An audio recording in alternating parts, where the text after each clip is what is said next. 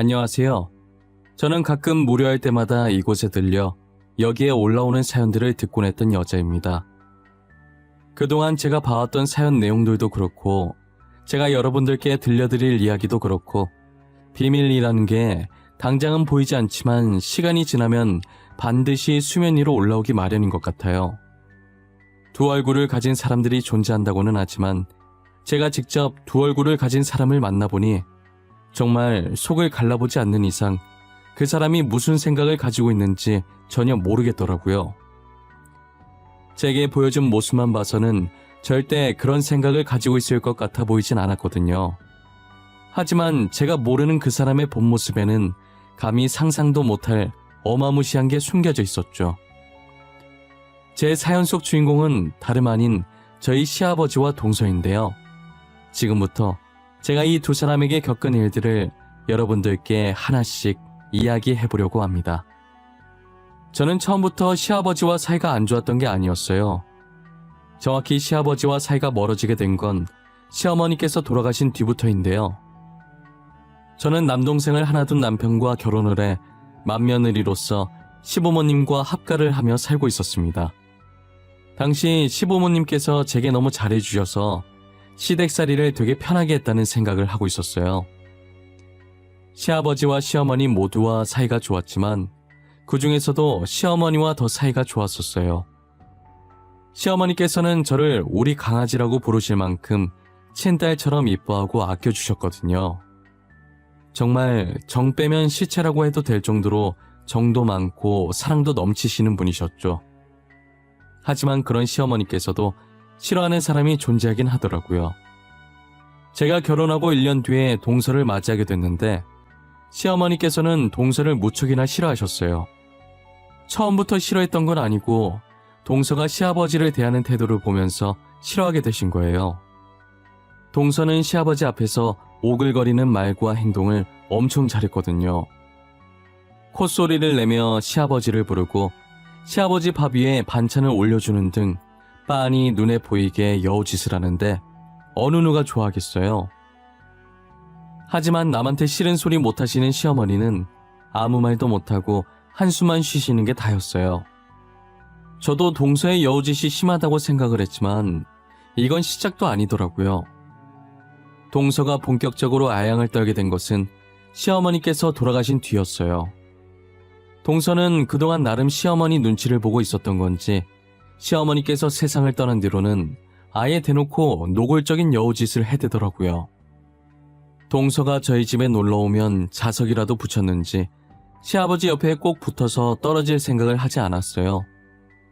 저는 음식 준비를 하고 있고 동서와 시아버지는 거실 소파에 나란히 앉아 TV를 시청하는데 모르는 사람이 보면 서방님 와이프가 아니라 시아버지 와이프 같겠더라고요. 서방님도 시아버지와 잘 지내는 모습 좋다며 딱히 제재는 안 하는 눈치였어요. 저는 그 모습을 보고 있자니 참 가짠긴 했지만 그렇다고 동서가 저를 무시하거나 깔보진 않았기 때문에 시아버지께 잘 보이고 싶어서 저러나 보다 싶은 생각에 그냥 콧방귀만 살짝 끼고 말았어요. 솔직히 누구나 며느리로서 시부모님께 잘 보이고 싶고 이쁨 받고 싶은 건 당연한 일이잖아요. 저도 만약 애교가 많은 성격이었다면 동서처럼 시아버지께 행동하지 않았을까 싶기도 해요. 같은 며느리 입장에서 어느 정도 이해는 가기에 저도 딱히 별 생각 없이 넘어갔었어요. 저는 상대가 먼저 저를 깎아내리지 않는 이상 저도 상대방을 깎아내리지 않아서 동서가 무슨 짓을 하든 저한테만 피해 없으면 아무런 상관이 없었거든요. 그러다 갑작스러운 사고로 서방님께서 치료도 제대로 못 받아본 채로 세상을 떠나게 되신 거예요. 동서는 서방님이 죽은 후로 눈에 초점도 없이 살아가고 있길래 한동안은 제가 많이 챙겨줬었어요. 이대로 두면 정말 동서가 잘못될 수도 있을 것 같다는 생각에 걱정이 되더라고요. 서방님 따라가겠다면서 물 한 방울도 안 먹으려고 하길래 동서 설득하느라 애도 많이 먹었어요. 동서, 뭐라도 먹어야지. 지금 물 한 방울도 안 마셨어. 이러다 동서도 잘못되면 어떡하려고 그래. 밥 한 숟가락이라도 먹자. 내가 차려온 성의를 봐서라도 한 입만, 응? 형님, 저 진짜 살기 싫어요. 오빠 없이 제가 어떻게 살아요? 전 오빠 없인 못 살아요.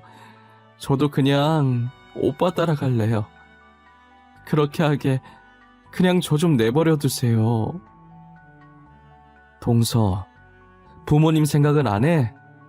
동서가 이러고 있는 거 알면 부모님께서 얼마나 걱정하시겠어. 그런 말 하는 거 아니야. 산 사람은 계속 살아야지. 이제 오빠도 없는데 제가 더 살아서 뭐해요. 저 그냥 오빠한테 가고 싶어요. 이대로 굶어 죽을래요. 그러니까 도로 가지고 나가주세요. 제발요. 동서, 내가 이렇게 부탁할게. 제발 살아. 괜히 쓸데없는 생각하지 말고 제발 살라고, 응? 지금은 힘들어도 나중엔 괜찮아져. 그러니까 조금만 참고 견디자. 내가 도와줄게. 동서가 제 말을 듣고 한동안은 제 품에 안겨서 꺼이꺼이 숨 넘어갈 듯 울더니 그래도 다행히 다시 정신을 차리고 밥도 잘 먹고 씩씩한 모습으로 돌아오더라고요. 예전처럼 저희 집에 와서 시아버지와 TV 보면서 놀다 가고 그랬어요. 다시 밝은 모습으로 돌아온 동서를 보니 참 고맙고 대견하더라고요. 이런 말 하면 안 되지만 저는 동서가 서방님 안 계시면 시댁에 소홀히 할 거라고 생각했었거든요. 그런데 의외로 명절이나 가족 행사 때마다 시댁에 방문해서 일도 도와주고 하더라고요. 시아버지께 알랑방귀 끼는 건 별로긴 했어도 이렇게 꾸준히 시댁을 챙기는 모습에 저는 마냥 여우짓만 하는 줄 알았던 동서를 다시 보게 되었어요. 그만큼 저희 가족을 많이 사랑하고 있었구나라는 생각을 하게 되었죠. 하지만 동서의 행동으로 제가 피해를 받게 될 줄은 꿈에도 몰랐어요. 늘 저를 친딸처럼 생각했던 시아버지신데 비록 지금은 동서를 더 잘 이뻐하시지만 제게도 한결같이 잘해주셨던 분이시거든요. 그런데 동서가 기운을 차린 뒤부터 시아버지도 점점 제게 변하기 시작했어요. 동서는 시아버지에게 자연스럽게 다가가며 서슴없이 지내더니 이제 아예 연인들이 할 법한 손잡기도 시아버지께 했었어요. 시아버지께서는 제지할 생각도 없이 그저 허허하고 웃고만 있더라고요. 아무리 친하다지만 며느리가 시아버지께 이래도 되나 싶을 정도로 붙어 있었어요. 반면에 저는 애교도 없고 무뚝뚝한 성격이라 시아버지께 동서처럼 살갑게 다가가지 못했었죠. 그랬기 때문에 시아버지께서는 당연히 저보다는 애교 많은 동서를 더 좋아하시게 되셨고 제게는 어쩜 그렇게 애교가 없고 싹싹하지 못하냐며 동서를 보고 배우라며 불만을 토로하기 시작하셨어요. 동시에 그동안 시댁살이 하면서 안 받았던 구박을 동서 때문에 뒤늦게 받게 된 거예요. 시아버지께서는 제가 하는 모든 일에 동서와 비교를 하면서 못마땅해 하시기 시작했어요. 하나부터 열까지 동서가 거론되지 않는 일이 없었어요. 집안일이야 제가 알아서 척척 해놓기 때문에 손댈 곳이 하나도 없었지만 항상 성격 같은 면에서 꼬투리를 잡고 늘 동서와 저를 비교하셨죠. 친구분들과 이야기하실 때도 늘 저와 동서 얘기를 하셨었어요. 우리 둘째가 이번에 내 생일이라고 여행권 줬더라. 그동안 고생했다면서 말이야. 어찌나 마음씨가 이쁘던지 편지까지 써서 줬더라니까. 너도 여행권 받았어? 좋겠네. 다들 여행권이 유행인가 봐. 이번에 수철이도 자식들한테 해외여행권 받았다더라고. 그래? 나는 며느리가 혼자 준비해서 해외까진 아니고 저기 가까운 제주도로 가. 나한텐 제주도도 감지덕지지 뭐. 애가 이쁜 게 이쁜 짓만 한다니까. 그럼 너네 맏며느리는? 둘째 며느리가 제주도 여행권이면 맏며느리면 용돈 줬을러나? 만만한 게 용돈이랑 여행권 아니냐. 평소에 맏며느리 너한테 엄청 잘하더만. 엄청까지는 아니고 그냥 용돈 100만 원 주더라고. 고맙긴 한데 선물은 정성이잖아. 걔는 성격이 안 좋은 건 아닌데 둘째보단 못해. 무뚝뚝해가지고 편지 한 통도 없이 돈 봉투만 덜렁 주더라. 야, 그래도 그게 어디야? 100만 원인데. 만약에 내 자식이 나한테 선물로 100만 원 주잖아? 정성이고 뭐고 하루 종일 얻고 다녔을 거다. 복에 겨워가지고 정성 타령이나 하고 있네. 시아버지께서는 저한테 뭐가 그렇게 불만이신지 항상 제 험담을 하셨었어요. 저는 나름 한다고 했지만 늘 시아버지 마음에 안 드셨고 저도 시아버지 반응에 맥이 빠졌어요. 시아버지께 잘해도 동서와 비교당하고 못해도 동서와 비교당하는 인생이 된 거죠. 매일같이 욕먹는 저와 달리 동서는 똥을 싸도 칭찬을 받는 지경까지 됐어요. 동서는 매일같이 저희 집에 찾아왔고 시아버지 옆에 붙어 있어서 거의 살다시피 했었어요. 시아버지 옆에서 팔짱을 끼고 콧소리를 내며 애교도 부리고 시아버지 어깨에 머리도 기대고 정말 연인들에게 자주 보이는 행동들을 동서가 시아버지께 하고 있는 거예요. 한 번은 제가 일을 하고 퇴근해서 집에 왔는데 시아버지와 손깍지를 끼고 있는 동서를 보고 기겁했어요. 그렇다고 대놓고 앞에서 티는 안 냈지만 저게 무슨 상황인지 당황스럽더라고요. 저 둘은 자기들 세상에 빠져서 제가 들어온 줄도 모르고 있는 것 같았어요. 저는 순간적으로 저 두 사람이 그렇고 그런 사이가 아닐까 의심도 들었었죠. 그 정도로 두 사람 사이에 선 넘는 행동이 아무렇지 않게 오갔거든요. 그리고 시아버지께서 동서를 부르는 애칭도 그들이 나누는 대화 내용들도 심상치 않았어요. 애기, 오늘은 회사에서 별일 없었나 봐. 매번 팀장한테 깨져서 화내더니 오늘은 잠잠하네. 그렇게 스트레스 받으면서까지 회사를 다녀야 돼? 그냥 일 그만두라니까. 에이, 뭐하러 일을 그만둬요. 일하는 거 스트레스 받긴 하지만 그만큼 재미도 있어요. 그리고 일 그만두면 할 것도 없어서 인생 재미없고 지루해져요. 돈도 없고. 재미없긴 왜 재미없어? 나랑 백화점 가서 옷도 사고 가방도 사고 맛있는 것도 먹고 놀면 되지. 어차피 내가 먹여 살릴 건데 뭐가 걱정이야? 그냥 일 그만둬. 저는 회사가 좋아요. 아직은 그만두고 싶은 마음 없으니까 더 이상 그 얘기는 그만. 진짜 힘들면 그때 그만둘게요. 지금은 다닐만 하니까 제 의견도 존중해 주세요. 알겠죠? 알겠어. 힘들면 바로 그만두기다. 나랑 약속한 거야, 응? 나 우리 애기가 힘든 거 절대 못 봐. 지금도 그 팀장 머리 잡아뜯고 싶은 거 참는 거야. 아유, 알겠어요. 진짜 못 말려. 저도 어른이거든요. 제가 알아서 잘해요. 맨날 애기라고 부르시더니 진짜 내가 애기인 줄 아시나 봐. 당연히 나이 많은 내 눈엔 네가 애기로 보이지. 너보다 나이 많은 우리 장남도 아직 애기로 보이는데. 저는 시아버지가 동서에게 애기라고 부르는 소리에 경악을 하지 않을 수가 없었어요. 너무 놀라서 저도 모르게 순간적으로 양손으로 제 입을 틀어막아 버렸죠. 제가 지금 무엇을 들은 건가 싶기도 하고 이 상황이 꿈인 건가 싶기도 했어요.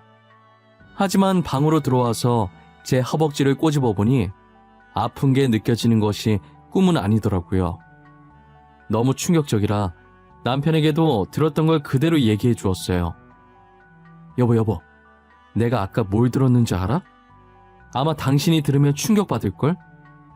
나도 지금 이렇게 어처구니가 없는데 당신은 얼마나 황당할까? 왜? 뭘 들었는데? 나 웬만해서 안 놀라는 거 알지? 뜸들이지 말고 빨리 말해봐. 당신 말처럼 내가 얼마나 황당해할까 궁금하네? 아니 글쎄, 어제 동서랑 아버님이 내가 퇴근한 줄도 모르고 소파에 앉아서 이야기하더라고.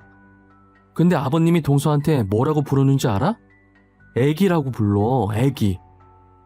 애기? 진짜야? 아버지가 재수씨한테 애기라고 했다는 거야? 에이, 설마. 당신이 잘못 들은 거 아니야? TV에서 그렇게 얘기한 거 아니고? 아니야. 아버님께서 애기라고 하는 거 내 두 귀로 똑똑히 들었어. 그리고 TV 켜져 있지도 않았어. 아버님, 동서한테 간이고 쓸개고 다 내어줄 기세시던데? 당신 말이 진짜라면 이거 진짜 충격인데? 둘이 뭐 있는 거야? 그렇지 않고서는 그런 애칭을 쓸 리가 없잖아. 그것까진 나도 모르겠는데 근데 뭔가 있긴 있는 것 같아. 아버님이 동서 보고 회사 그만두라면서 먹여 살릴 수 있다 뭐 그런 얘기 하시더라니까. 남편은 제 말을 듣고도 도무지 믿기지가 않는다는 눈빛이었어요. 자기 아버지가 자기 재수 씨랑 그렇고 그런 사이 같다는데 누가 믿고 싶겠어요. 저도 제 시아버지와 동서가 그러고 있는 걸 목격하고 충격을 받았는데 남편은 저보다 더 충격이겠죠. 저는 그 둘이 사랑을 하고 있다는 것으로 확정지었고 아버지와 딸뻘인 것도 모자라 어떻게 시아버지와 며느리가 만날 수 있는지 정말 소름이 끼치고 시아버지와 같이 살고 싶지가 않았어요. 분가를 해야겠다는 마음 반과 그래도 혼자 계신 시아버지를 어떻게 두고 가냐는 마음 반이 충돌했죠. 그렇게 고민하고 있을 때 어김없이 동서가 저희 집으로 놀러왔고 제가 있으니 스킨십은 하지 않고 그냥 조용하게 시아버지 옆에 앉아있더라고요. 그러다가 전화 한 통을 받고 다급하게 집을 나가더니 어디론가 뛰어가는 거예요. 저렇게 나간 적이 한 번도 없었어서 급한 일이라도 생겼나 보다 싶었죠. 점심을 만들려고 냉장고 안에 재료를 찾는데 마땅히 쓸만한 재료가 없는 거예요. 그래서 나간 김에 일주일치 장을 봐야겠다는 생각에 지갑과 차키만 챙겨서 나갔어요. 원래 마트가 15분 거리에 있어서 보통은 차 없이 그냥 걸어서 가는데 이번엔 짐이 많을 것 같아서 차를 끌고 가기로 했죠. 차를 타려고 지하 주차장에 갔는데 어디선가 동서 목소리가 들리는 거예요. 저는 차를 타려던 걸 멈추고 소리가 나는 쪽으로 조심히 향했어요. 그러다 어떤 모르는 남자와 함께 있는 동서를 발견하게 됐죠. 그런데 동서가 그 남자에게 시아버지 얘기를 하면서 투정을 부리고 있더라고요. 저는 쎄한 느낌이 들기 시작해서 몰래 뒤에서 휴대폰 카메라를 들고 녹화를 하기 시작했어요. 자기야, 나 언제까지 이러고 있어야 돼? 다음 계획 아직 안 나왔어? 망할 놓친 내가 나를 지 애인으로 생각하고 있다니까? 나한테 애기 하는데 진짜 토 나올 것 같아. 조금만 참고 있어봐. 그 놓친 내 재산이 좀 많은 게 아니야. 아들 사망보험금도 두둑하더니 놓친 내까지 돈이 많네. 안 그렇게 생겨서 숨겨둔 돈이 꽤 많아. 그거 다 찾을 때까지만 기다려봐. 나 솔직히 너무 무서워. 내 남편 그렇게 만든 것도 솔직히 우리잖아. 지금은 단순 사고사로 넘어갔지만 나중에 들키기라도 하면 어떡해. 그 전에 빨리 떠야지. 조금만 기다려 보라니까 왜 이렇게 재촉해? 금방 끝나니까 조금만 더 참아, 어?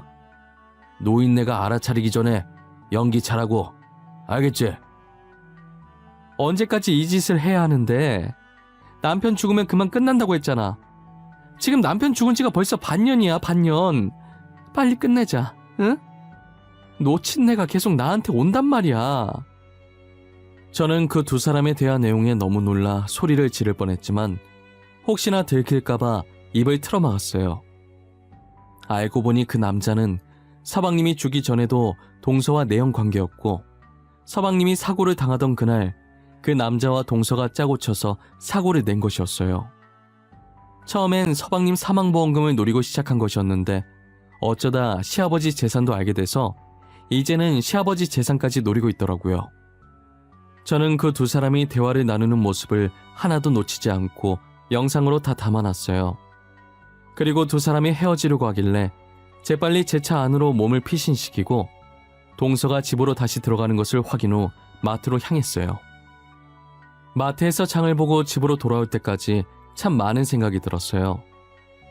그렇게 시아버지께 알랑방귀 껴가면서 애교를 부리던 사람이 저렇게 시커먼 속내를 감추고 있었다는 게 너무 놀랍고 징그럽고 소름이 끼치더라고요.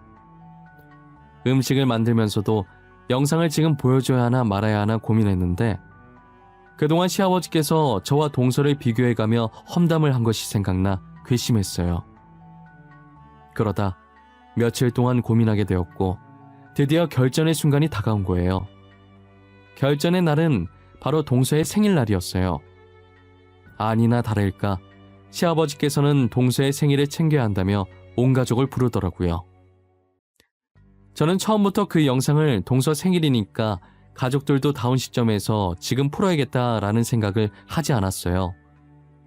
그때까지도 영상을 보여줄지 말지 엄청나게 고민을 하고 있었던 와중이었어요. 그런데 동서가 시아버지께 생일 선물로 돈을 받고 고맙다며 또 스킨십을 하는데 너무 불편하더라고요. 이제 동서의 목적이 무엇인지 아니까 제가 너무 불편해서 안 되겠더라고요. 그래서 가족들이 있을 때 그 영상을 보여주기로 마음을 먹게 됐어요. 그렇게 한창 동서의 생일 파티로 분위기가 무르익기 시작했고 저는 몰래 남편을 시켜 거실 TV에 제 휴대폰을 연결시켜 달라고 했어요. 남편도 아직 안 본 영상이라 왜 그러냐고 했지만 저는 이유 묻지 말고 시키는 대로만 해달라고 했죠. 가족들은 식탁에서 즐기다가 하나둘씩 거실로 자리를 이동하더라고요. 자연스럽게 거실에서 다시 술 파티가 벌어졌고 모든 사람들이 거실 한가운데 모이게 됐어요. 화장실에 갔던 사람까지 다 온 것을 확인하고 저는 영화가 보고 싶은 척 TV를 틀려고 했죠. 하지만 동서가 파티 중에 생뚱맞게 무슨 영화냐고 제 손에 들린 리모컨을 빼앗으려고 하는 거예요. 혹시라도 제 계획이 틀어지게 될까 다급하게 분위기 있는 노래라도 틀겠다고 했죠. 동서는 다급해 보이는 제 모습에 미심쩍은 듯 하더니 알겠다고 하더라고요. 저는 다시 리모컨을 들어서 TV를 켰고 빠르게 그 영상의 재생 버튼을 눌렀어요. 그리고 가족들 목소리에 묻힐까봐 볼륨을 높여서 모든 사람들이 다 들을 수 있게 만들었죠. 남편은 제가 TV를 켠 것을 보고 가족들을 조용히 시켰어요. 잠깐! 다들 조용히 해봐. 지금 TV 봐봐. 저 영상 뭐야? 잠깐만. 저 여자 재수씨 아니에요? 저거 동서 맞아. 동서 앞에 있는 남자는 서방님 죽기 전부터 만나오던 내연남이고 서방님 죽은 것도 다 동서랑 저 남자가 계획한 거야. 사망보험금 때문에. 재수씨, 그게 정말이에요? 제 동생 진짜 재수씨랑 저놈이 짜고 죽인 거예요? 그런 거냐고요? 당신 진짜 미쳤어? 어떻게 사람을 죽일 생각을 해? 아무리 돈에 미쳐도 그렇지. 서방님도 그렇게 죽여놓고 이젠 아버님까지 노려? 왜? 한번 해보고 안 들키니까 더 욕심이 났나 봐? 이 일이 안 밝혀질 거라고 생각한 거야? 아니에요. 형님, 저 여자는 아니에요. 닮은 사람이겠죠. 저 진짜 아니에요. 제가 왜 남편을 죽여요? 저 진짜 아니에요. 믿어주세요. 아주버님, 저 진짜 아니에요. 당신 진짜 미친 사람이야. 사람 목숨이 장난이야? 내 동생도 모자라서 아버지까지 죽이라고 해? 너 가만 안 둘 거야. 너 죽는 날까지 두고두고 괴롭힐 거야. 내 동생 고통도 다 돌려받게 할 거야. 영상을 본 남편은 동서를 죽일 거라고 달려들었고 저는 혹시나 남편이 사고라도 칠까 말리기 바빴어요. 시아버지께서는 그 영상에 그리고 저희 대화에 충격을 받아서 한동안 말을 못하고 허공을 보셨어요. 동서가 아니라고 믿어달라면서 시아버지의 바지가랑이를 잡았고 시아버지는 그런 동서를 보는 순간 정신을 차리셨는지 동서의 머리채를 잡고 패대기 치시더라고요. 저는 너무 놀라서 소리를 질렀고 남편도 시아버지의 그런 모습을 처음 보고 놀래서 달려들다가 멈추고 시아버지를 멍하니 쳐다봤어요. 시아버지께서는 분이 풀리지 않으셨는지 동서의 몸을 세게 밀쳤어요. 동서를 밀치고서 주저앉아 울고 있는 동서를 보며 입을 떼셨죠. 아프니? 너는 겨우 이 정도밖에 안 했는데도 아파? 그래? 우리 아들은, 가여운 내 아들은 네 손으로 죽여놓고 지금 나한테 뺨 맞은 걸로 아파? 아버님, 죄송해요. 저도 남편을 죽일 줄은 몰랐어요. 저는 그냥 큰 돈을 손에 줄 수 있다는 말만 믿고 하라는 대로 한 것뿐이에요. 너는 네 손으로 선을 자르면서 이 차 탔다가 사람이 죽을 수도 있겠다는 생각을 한 번도 안 해봤던 거야? 너 몰랐다면 거짓말이다. 부품 중 하나를 손상시켜놓고 어떻게 그런 생각을 안 해? 저 진짜 몰랐어요. 사람이 죽을 거라는 거 알았으면 절대 안 했을 거예요. 저는 그냥 시키는 대로 한 것뿐이란 말이에요. 저 진짜로 몰랐어요. 믿어주세요. 네? 내가 믿어주면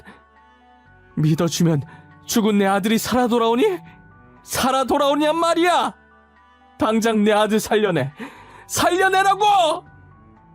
시아버지께서는 울부짖으며 동서의 멱살을 붙잡고 흔들다가 집에 있는 물건들을 동서 주위로 던졌고, 동서는 죄송하다는 말만 계속하다가 눈물을 닦으면서 집을 나가버렸어요. 저 영상 하나로 저희 집은 말 그대로 초토화가 되어버렸어요. 시아버지는 소리 지르며 울부짖고 남편도 조용히 눈물 훔치고 있었고, 저는 복잡한 심경으로 남편을 달래며 서 있었죠. 두 부자가 한참을 울었고 그나마 제정신인 제가 어질러져 있는 집을 치우고 있었어요. 시아버지께서는 잠긴 목소리로 제게 말을 거시더라고요. 아가, 우리 강아지. 이렇게 강아지라고 불러보는 것도 참 오랜만이구나. 내가 매번 둘째랑 비교해서 기분 안 좋았을 텐데 그동안 내가 미안했다. 아니에요. 저는 벌써 다 잊었어요. 오히려 제가 죄송하죠. 저를 딸처럼 여겨주셨는데 애교가 없어서 아버님께 감사하다는 표현을 못했어요. 네가 무슨... 이제껏 날 돌봐준 것만으로도 다 표현된 건데 이 나이 먹으면서 며느리 급이나 나누고 있고 내가 이제껏 나이를 허투루 먹었어. 그런 말 하지 마세요. 저는 진짜 괜찮아요. 너무 마음 쓰지 마세요. 그렇게 마음 쓰이면 지금부터라도 다시 예전처럼 잘해주시면 되죠. 안 그래요? 이렇게 착한 며느리를 두고 내가 그동안 무슨 짓을 했는지 모르겠구나. 이 못난 애비를 용서해 주겠니? 내가 정말 미안했다. 시아버지께서는 진심으로 제게 사과를 하셨고 저는 따뜻한 미소로 답을 했어요. 제 미소를 보자 시아버지께서는 또 눈물을 보이시더라고요. 저는 남편 옆구리를 찔러서 달래드리라고 하고 집을 마저 치우고 있었어요. 어느 정도 치우고 저희는 다시 동서 얘기를 하기 시작했어요. 저희는 당연히 동서와 내연남을 고소하기로 마음을 맞췄어요. 이미 제가 찍은 영상 속에 동서가 직접 범행을 실토하는 내용이 있으니 증거 자료로 충분했고, 혼자 다 뒤집어 쓰기 싫은 동서는 알아서 모든 정황을 다 설명하게 될 거라는 생각을 했죠. 저희는 다음날 해가 뜨는 대로 변호사를 만났고 증거 영상을 제출해서 동서와 내연남에게 걸 수 있는 모든 죄들을 모조리 엮어서 고소를 진행했어요. 그 둘의 범행이 계획적이고 죄질이 나쁘다고 판단되어 결국 징역형을 피할 수 없었어요. 동서는 정말 반성을 많이 한 모양인지 들어가기 전에 시아버지께 죄송하다고 무릎을 꿇었어요. 시아버지는 동서를 못 본 척 지나갔지만 동서는 시아버지가 눈에 안 보일 때까지 계속 꿇고 있었어요. 저도 곧이어 한숨을 쉬고 남편과 함께 재판장을 빠져나왔죠.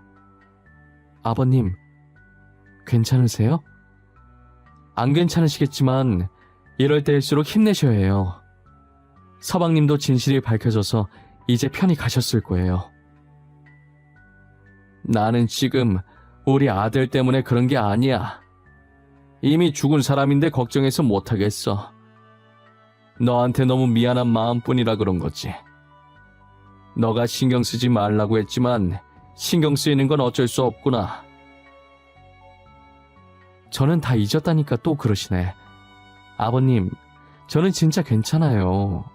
아버님이 이러실수록 제가 더 불편해요. 그러니까 예전처럼 편하게 대해주세요. 그래야 저도 아버님을 편하게 대하죠. 우리 장남은 어떻게 이렇게 마음씨 착한 사람을 짝으로 데리고 왔는지. 나는 만약 죽게 되어도 장남 걱정은 안 해. 너가 옆에 있으니까. 그게 무슨 소리예요. 저희가 오래오래 같이 살아야죠. 시아버지의 표정을 보니 그래도 전보다는 한결 가벼운 느낌이셨어요. 서방님께도 제게도 늘 미안한 마음을 안고 사실 것 같지만 이제는 모든 걸 놓고 저희 곁에서 마음 편히 사셨으면 좋겠어요. 저도 언제나 시아버지 곁에 있으면서 며느리이자 딸이 되어 드리려고 마음먹었어요. 시아버지도 제게 잘해주겠다 마음먹으셨는지 동서에게 했던 것보다 훨씬 잘해주세요. 지금 반년이 지나긴 했는데 시아버지가 제게 잘해주시긴 하지만 아직도 저와 살짝 대면대면 하긴 해요. 저는 정말 다 잊고 시아버지를 평소처럼 대하지만 시아버지께서는 아직이신가 봐요. 계속 그런 감정 가지고 있어봐야 시아버지만 힘들어지실 게 뻔해서 걱정이에요. 그래도 지금 상태로 보아 조만간엔 정말 예전에 처음 제가 시집왔을 때로 돌아가지 않을까 싶어요. 그런 날이 왔으면 좋겠는 제 바람일 뿐인 것 같지만요. 제 이야기는 이제 여기서 끝마치려고 합니다. 제 경험을 통해 비밀은 세상에 존재하지 않는다는 것을 알려드리고 싶은 마음에 글을 써보게 되었어요. 지금은 비밀이 수면 위로 떠오르지 않았지만 언젠가는 이렇게 수면 위로 떠오르게 된다는 걸 잊지 않으셨으면 좋겠어요. 지금까지 제 이야기를 들어주셔서 감사하고 늘 건강하시고 하시는 일, 하시고자 하는 일 모두 잘 되셨으면 좋겠습니다.